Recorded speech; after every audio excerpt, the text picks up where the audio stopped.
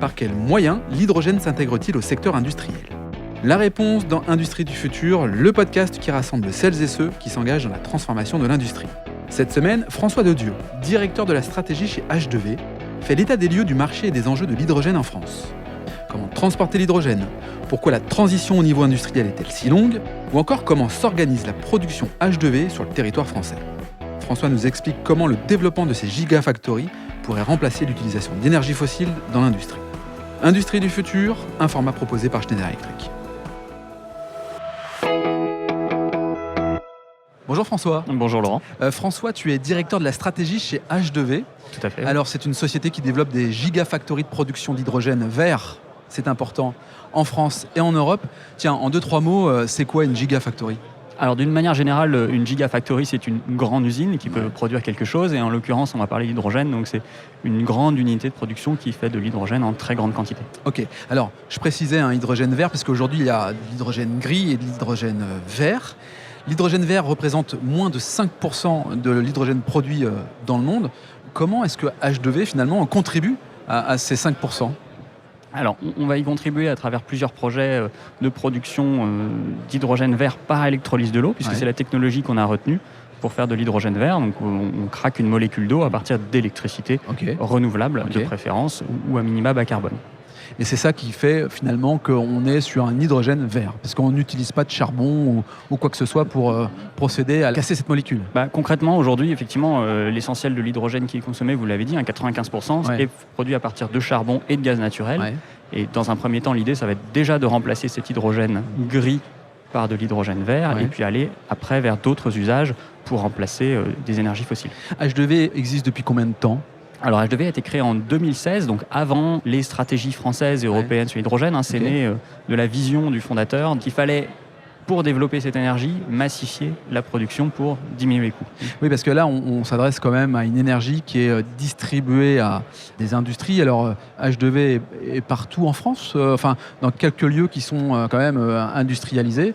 Dunkerque, qu'est-ce qu'il y a d'autre comme... Dunkerque, Fos, Valenciennes, voilà. Dans les bassins industriels sur lesquels il y a pour une part déjà de la consommation d'hydrogène ou en tout cas des besoins assez immédiats. Ok, avec peut-être aussi cette volonté pour ces bassins de réindustrialiser finalement leur savoir-faire en prenant en compte une énergie...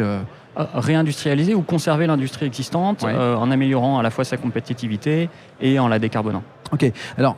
Ce qui est intéressant quand même, c'est de se projeter. Et pour donner un exemple concret de l'intérêt qu'a l'hydrogène dans l'industrie, est-ce que tu peux nous expliquer le projet H2V à Dunkerque, en plein cœur du domaine portuaire de la ville, à quoi ça correspond et projette-nous un petit peu sur quelle transformation énergétique a procédé cette entreprise. Alors ce projet, effectivement, à Dunkerque, il est né dès 2018-2019, sur les prémices du projet. Il a obtenu son autorisation d'exploiter et son permis de construire fin 2022. Donc là, il a franchi toutes les barrières et toutes les dernières étapes pour vraiment pouvoir terminer son développement et entamer la phase de construction.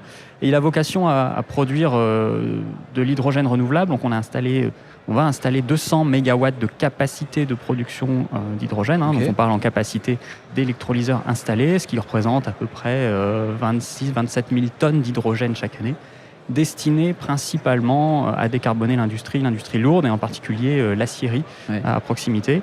Donc avec un changement de procédé, l'idée c'est de passer d'un acier produit à partir du charbon vers un acier qui serait produit cette fois à partir d'hydrogène. Et qui nécessite beaucoup d'énergie parce que là on parle de four à haute température, donc on imagine bien qu'il faut beaucoup d'énergie fossile aujourd'hui pour faire monter en température l'acier et le transformer. Et demain, si je comprends bien, c'est cet hydrogène qui viendra remplacer le système carboné et qui viendra produire le même effet, c'est ça ? Exactement, avec une technologie différente, on vient remplacer du charbon par de l'hydrogène. Ok. En termes d'impact sur la pollution, c'est radical parce que je lisais sur ton site internet qu'une usine de 200 MW rejette autant d'oxygène que 10 millions d'arbres et permet d'avitailler 2500 camions par an.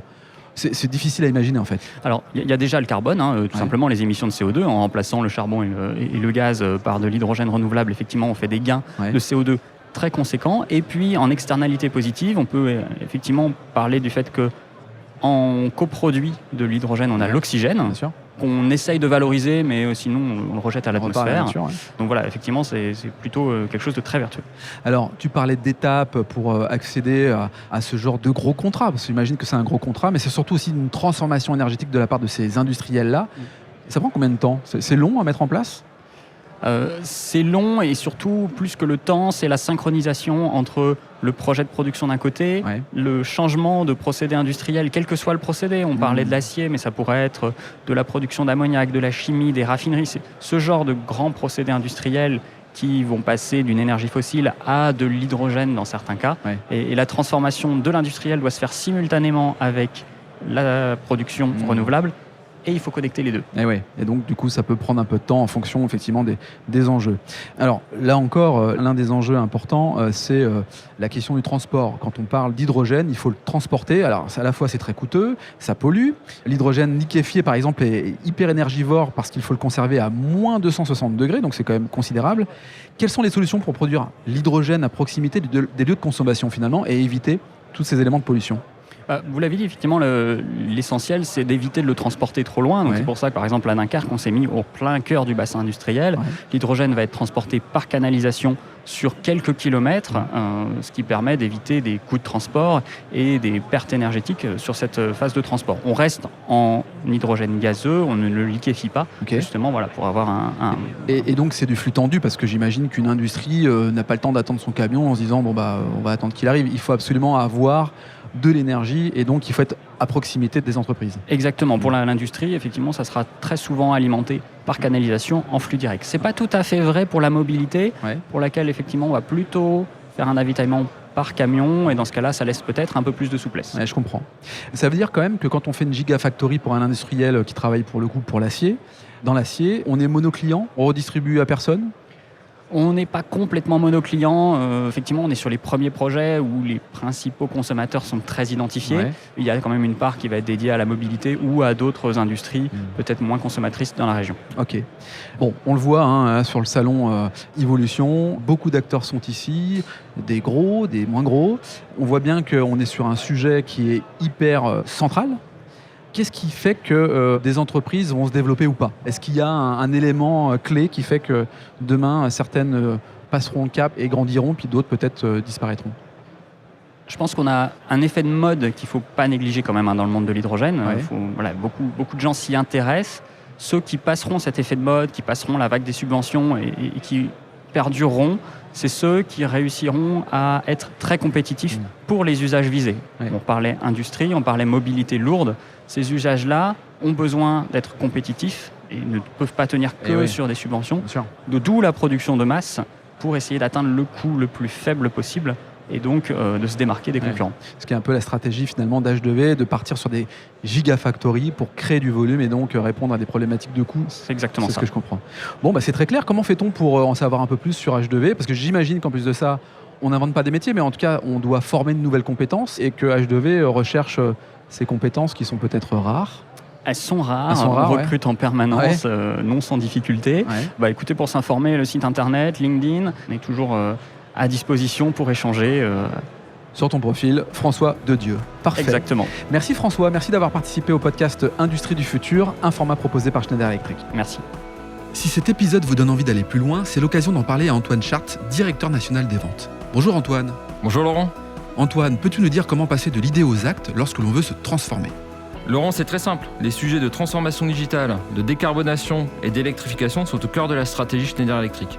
Et comme on a pu l'entendre dans ce podcast, l'ambition de Schneider Electric est d'accompagner les entreprises du territoire sur ces enjeux de transformation. Pour entrer en contact avec nous, rien de plus simple, le site internet www.se.com ou mon profil LinkedIn où je me ferai un plaisir de vous répondre. C'est très simple, merci Antoine. Merci Laurent.